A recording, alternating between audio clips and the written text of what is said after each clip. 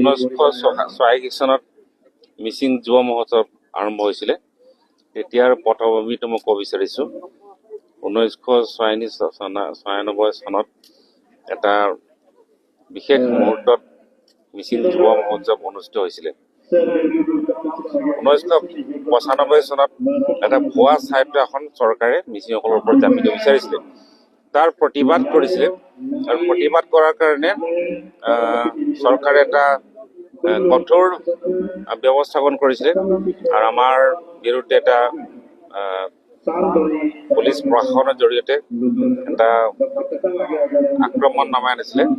আমাৰ যিবিলাক নেতা আছিলে তেওঁলোকে ঘৰত থাকিব পৰা অৱস্থা নাছিলে, সকলোৱে আত্মগোপন কৰিব লগা হৈছিলে আৰু পুলিচৰ লগত এটা সংঘৰ্ষ হৈছিলে। তেতিয়া আমি য'তে গৈছিলোঁ আমাৰ সতীৰ্থসকলে কৈছিলে, আপোনালোকে যদি আহিছে গণতন্ত্ৰৰ কথা নক'ব, আমাক বন্দুক দিয়ক, বন্দুকৰ জৰিয়তে আমি আন্দোলন কৰিব লাগিব, সহজ সংগ্ৰাম কৰিব লাগিব। তেতিয়া আমি উপলব্ধি কৰিলোঁ এই যিটো মানসিকতা, সশস্ত্ৰ সংগ্ৰামৰ প্ৰতি যিটো মানসিকতা, ইয়াক যদি প্ৰতিৰোধ কৰিব নোৱাৰিলে মিচিংসকলৰ সংগ্ৰাম বিপথে পৰিচালিত হ'ব। আমাৰ ৰমেশ পেগু ডাঙৰীয়া আছিল, তেখেতে আমি বহিলোঁ, পৱন পেগু ডাঙৰীয়া আছিল, আমি বহিলোঁ, এই যিটো মানসিকতা প্ৰতিৰোধ কৰিব লাগিব। যিটো জাতীয়তাবাদী সংগ্ৰামক আমি এটা প্ৰগতিশীল জাতীয়তাবাদী ধাৰা আমি নিব লাগিব। তাৰ পাছতে আলোচনা সাপেক্ষে প্ৰথম মিচিং যুৱ মহোৎসৱ 1996 চনত আমাৰ ইয়াৰ পৰা বেছি দূৰ আকাশজানত অনুষ্ঠিত হৈছিলে আৰু তাৰ পৰাই আমি বন্দুকৰ সলনি আমি যুৱকসকলৰ হাতত আমি ঢোল, পেঁপা, গীটাৰ আৰু হাৰমনিয়াম আদি যিবিলাক বাদ্যযন্ত্ৰ আছিলে, আমাৰ যিটো দুটক টাপং আছিলে, এজুক টাপং আছিলে, আমাৰ পৰম্পৰাগত যিবিলাক বাদ্যযন্ত্ৰ আছিলে, তাৰ জৰিয়তে সাংস্কৃতিক এটা সংগ্ৰাম কৰি তোলাৰ কাৰণে এইটো আৰম্ভ হৈছিলে।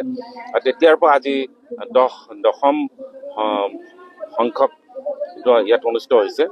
আৰু আজি আমি ক'ব পাৰোঁ যে অসমৰ বিভিন্ন জনগোষ্ঠীৰ মাজত এটা সশস্ত্ৰ সংগ্ৰামৰ প্ৰতি যেটা দুৰ্বলতা বা আকৃষ্ট হৈছিলে, কিন্তু মিচিং যুৱকসকল আজি তেওঁলোকে এটা প্ৰগতিশীল এটা জাতীয়তাবাদী সংগ্ৰামত ফালে আগবঢ়াইছে, এটা এজেণ্ডা লৈ আগবঢ়াইছে আৰু আমি এই আন্দোলনটো সামগ্ৰিকভাৱে এটা ৰাজনৈতিক এটা এজেণ্ডা হিচাপে লৈছোঁ। আমি এইটো সংস্কৃতিক আমি এটা ৰাজনৈতিক এজেণ্ডা হ'ব বিচাৰিছোঁ আৰু সংস্কৃতিৰ জৰিয়তে ৰাজনৈতিক যিটো এটা সচেতনতা আমি গঢ়ি তোলাৰ কাৰণে এই যুৱ মহোৎসৱ আগবঢ়াইছোঁ। আৰু এই যুৱ মহোৎসৱত এতিয়া সমগ্ৰ মিচিং ৰাইজ জড়িত হৈ পৰিছে আৰু উঠি অহা চামটোৱে এটা প্ৰগতিশীল এটা সাংস্কৃতিক ধাৰাৰ লগত জড়িত হৈছে আৰু এই যিটো সম্পৰ্ক আৰু বেছি শক্তিশালী হ'ব আৰু তাৰ জৰিয়তে আমাৰ সংগ্ৰামটোক আমাৰ যিটো সংহতীয় সংগ্ৰামটোক আমি ৰাজনৈতিকভাৱে যিটো সংগ্ৰাম কৰি আছোঁ, তাক সাংস্কৃতিকভাৱে আৰু অৰ্থনৈতিকভাৱে সামাজিকভাৱে আৰু শক্তিশালী কৰাৰ কাৰণে আমি অগ্ৰসৰ হ'ব বিচাৰিছোঁ আৰু আজি এই পটভূমিটো তাৰে এটা অংশ হিচাপে আমি গ্ৰহণ কৰিছোঁ।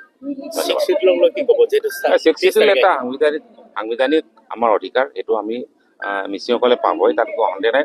গতিকে ইয়াত কিছুমান বিষয় আছে, আৰ্থ সামাজিক আমাৰ ভৌগোলিক কিছুমান কথা আছে, সাংস্কৃতিক কথা আছে, সেইবিলাক আমি চাব লগা হৈছে। আৰু এতিয়া বহুতে ছিক্স পাইছে, ছিক্স পোৱাৰ পাছতো সমস্যা সমাধান নাই। আৰু কাৰ্বি আংলং দেখিছোঁ, আমাৰ DTC দেখিছোঁ, বা আমি আমাৰ মেঘালয় দেখিছোঁ, যিটো গাৰোসকলৰ আছে, জয়ন্তীসকলৰ, খাচীসকলৰ আছে, বা অন্যান্য জেগা ত্ৰিপুৰাত আমি দেখিছোঁ যে ছিক্সটো এটা মানে এটা মূৰ্ত বস্তু নহয়। এইটো সকলো জেগাতে আৰ্থ সামাজিক ৰাজনৈতিক পৰিস্থিতি বেলেগ আছে, সাংস্কৃতিক পৰিস্থিতি বেলেগ আছে।